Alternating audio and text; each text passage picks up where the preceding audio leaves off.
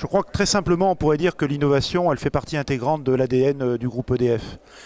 Pourquoi? Parce que depuis 70 ans, EDF a construit ses succès en sachant justement éprouver des nouveaux matériaux, des nouvelles technologies, des nouvelles organisations, des nouvelles idées, qui a fait son succès tant dans sa dimension industrielle lors de la construction des grands programmes, qu'ils soient hydrauliques ou nucléaires, qu'aujourd'hui dans un contexte beaucoup plus mouvant où dans le domaine du commerce, des services, des énergies nouvelles, il faut justement éprouver des nouvelles technologies ou de nouveaux paradigmes, parce que on le voit bien, si je prends simplement le champ des énergies nouvelles, que les systèmes deviennent de plus en plus capitalistiques. On passe d'une petite éolienne sur Terre à des méga projets en mer.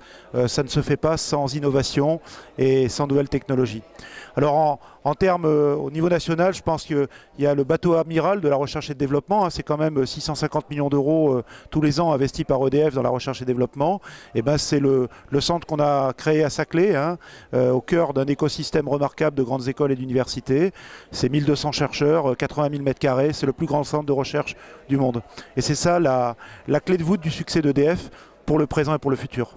Notre action justement dans les territoires, c'est de mettre en œuvre cette ambition du groupe et de rebondir sur tous les enjeux qui touchent aujourd'hui à la transition énergétique.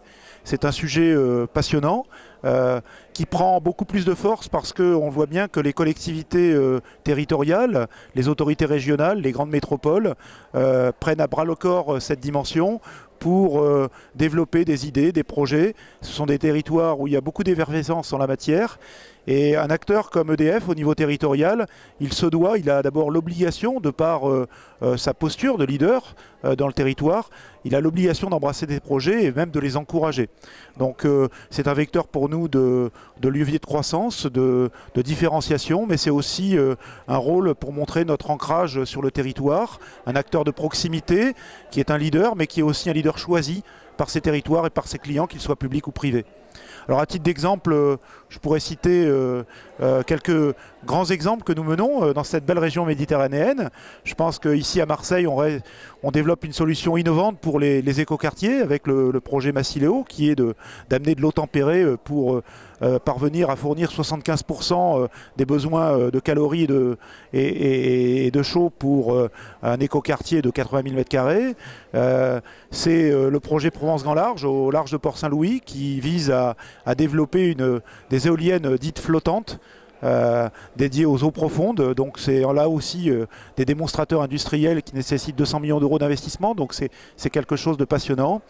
Ça peut être également le programme qu'on appelle SmartMed, puisque aujourd'hui on a une équipe dédiée en Méditerranée de 7-8 personnes qui travaillent justement à des solutions qui intègrent la dimension numérique dans l'électricité, et on répond ainsi à toutes les ambitions de la région Provence-Alpes-Côte d'Azur avec le projet FlexGrid qui vise à être un acteur industriel des smart grids en France et dans le monde. Quand on parle de solutions de type démonstrateur industriel ou de solutions de projets un petit peu démonstrateurs, l'objectif aujourd'hui n'est plus de vouloir multiplier ces expériences, mais bien d'essayer de capitaliser sur ces expériences pour en faire des modèles. Modèles industriels pour la France également. Je parle par exemple sur la technologie de l'éolien flottant. Bien évidemment, l'ambition, c'est pas seulement les 100 emplois directs qu'on va faire dans ce projet, mais c'est bien évidemment de créer une filière pour la France.